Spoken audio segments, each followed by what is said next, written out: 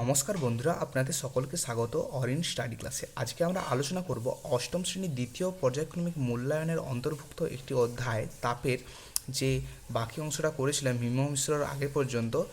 এই পার্টে সেই হিম মিশ্র থেকে বাকি অংশটি আলোচনা করা হচ্ছে। আর বাকি কিছু আমি কোশ্চেন আমি শর্টসে দিয়ে দিয়েছি, অবশ্যই দেখে নিও।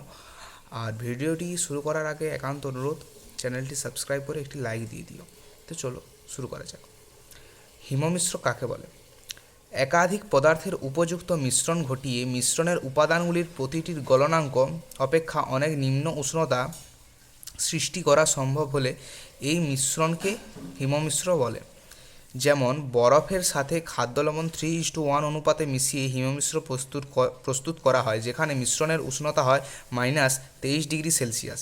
ব্যবহার: মাছ মাংস সংরক্ষণে ওষুধ ঠান্ডা অবস্থায় রেখে এক স্থান থেকে অন্য স্থান নিয়ে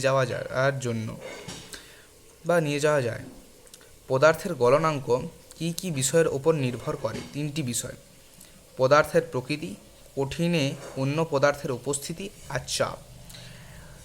1 অ্যাটমসফিয়ারিক প্রেসার চাপের সমান পরিমাণ চাপ বাড়ালে মোমের গলনাঙ্ক কত বেড়ে যায়? প্রায় 0.04°C। বরফের উপরে 1 অ্যাটমসফিয়ারিক প্রেসার চাপের সমান পরিমাণ চাপ বাড়ালে বরফের গলনাঙ্ক কত কমে যায়? প্রায় 0.0007°C। গলনের সময় আয়তন কমে এমন দুটি পদার্থ: বরফ ও ঢালাই লোহা। গলনের সময় আয়তন বাড়ে এমন দুটি পদার্থ: সীসা ও অ্যালুমিনিয়াম। ফিউজ কাকে বলে? ফিউজ তার সীসা ও টিনের সংকর ধাতু দিয়ে তৈরি, যেখানে টিন থাকে 70% এবং সীসা থাকে 30%। ফিউজ তারের গলনাঙ্ক কম ও রোধাঙ্ক বেশি হওয়ায় হঠাৎ কোনো কারণে বর্তনীতে তড়িৎ প্রবাহ বেড়ে গেলে ফিউজ তার গলে গিয়ে বর্তনী ছিন্ন করে, ফলে বাড়ির বৈদ্যুতিক সরঞ্জামগুলির সুরক্ষিত থাকে। বরফ গলনের লিনটা 80 ক্যালোরি পার গ্রাম বলতে কী বোঝো? বরফ গলনের লিনটা 80 ক্যালোরি পার গ্রাম বলতে বোঝায় প্রমাণ বায়ুমণ্ডলীয় চাপে 0°C উষ্ণতার 1 গ্রাম বিশুদ্ধ বরফকে ওই উষ্ণতার 1 গ্রাম বিশুদ্ধ জলে পরিণত করতে 80 ক্যালোরি তাপের দরকার হয়। বাষ্পায়ন কাকে বলে? যে কোনো উষ্ণতায় কোনো তরলের উপরিতল থেকে ধীরে ধীরে বাষ্পে পরিণত হওয়ার ঘটনাকে বাষ্পায়ন বলা হয়। বাষ্পায়ন কী কী বিষয়ের উপর নির্ভর করে? তরলের উপরিতলের ক্ষেত্রফল বেশি হলে বাষ্পায়ন দ্রুত হয়। তরলের উষ্ণতা বৃদ্ধি হলে বাষ্পায়ন দ্রুত হয়। তরলের উপর বায়ু চলাচল বেশি হলেও বাষ্পায়ন দ্রুত হয়। বাষ্পায়নের হার তরলের প্রকৃতির উপর নির্ভর করে, যেমন উদ্বায়ী তরল খুব দ্রুত বাষ্পীভূত হয়। বাতাসের আর্দ্রতা বেশি হলে বাষ্পায়ন ধীরে ঘটে। স্ফুটন কাকে বলে? যে নির্দিষ্ট উষ্ণতায় কোনো তরলের সমগ্র তল জুড়ে দ্রুত বাষ্পীভূত হওয়ার প্রক্রিয়াকে স্ফুটন বলে। তরলের স্ফুটনাঙ্ক কী কী বিষয়ের উপর নির্ভরশীল?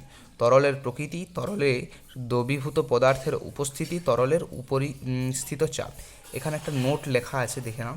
বিশুদ্ধ জলে নুন মেশালে দ্রবণের স্ফুটনাঙ্ক প্রায় 109°C হয়। প্রেসার কুকারে খাদ্যবস্তুকে সেদ্ধ হওয়ার সময় জলের স্ফুটনাঙ্ক প্রায় 120° হয়। এই জন্যে খাবার সিদ্ধ করার জন্য দেখবে নুন দেওয়া হয়। পরিবহন, পরিচালনা আর বিকিরণ, এই যে পার্থক্যটা দেখে নাও। যে কোনো জড় মাধ্যমে এই পদ্ধতিতে তাপ সঞ্চালিত হয়, যদিও কঠিনের কার্যকারিতা তার সর্বাধিক।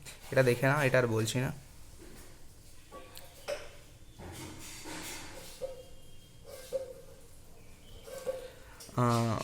এরপরে আসা যাক।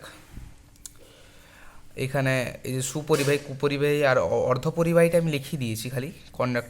এটা যে এই যে গুড কন্ডাক্টর, ব্যাড কন্ডাক্টর বা ইনসুলেটর, কুপরিবাহী আর অর্ধপরিবাহী কন্ডাক্টর। যেসব পদার্থের তাপ পরিবাহিতা সুপরিবাহীর পদার্থের তুলনায় কম কিন্তু কুপরিবাহী পদার্থের তুলনায় বেশি, তাদের অর্ধপরিবাহী বলে, যেমন সিলিকন আর জার্মেনিয়াম। তারপর বলা আছে থার্মোফ্লাক্স। এই থার্মোফ্লাক্সটা ইংরেজ বিজ্ঞানী স্যার জেমস ডিওয়ার থার্মোফ্লাক্স উদ্ভাবন বা কী বলবো আবিষ্কার করেন। এরপরে এর যে গঠন এবং কার্যনীতিটা আছে সেটা তোমরা বইয়ে পেয়ে যাবে। দেখাচ্ছি এক সেকেন্ড, এই যে বইটা আছে এটা তোমরা বইয়ে পেয়ে যাবে। পেনটা বসে যাবে, এই তো আগে আছে, এই যে এখানে এই যে গঠনটা এটা, আর এই যে কার্যনীতিটা আছে এটা পুরোটা, আর গঠনটা এটা চিত্র করতে পারে। আবার কার্যনীতিটা মেন ইম্পর্ট্যান্ট।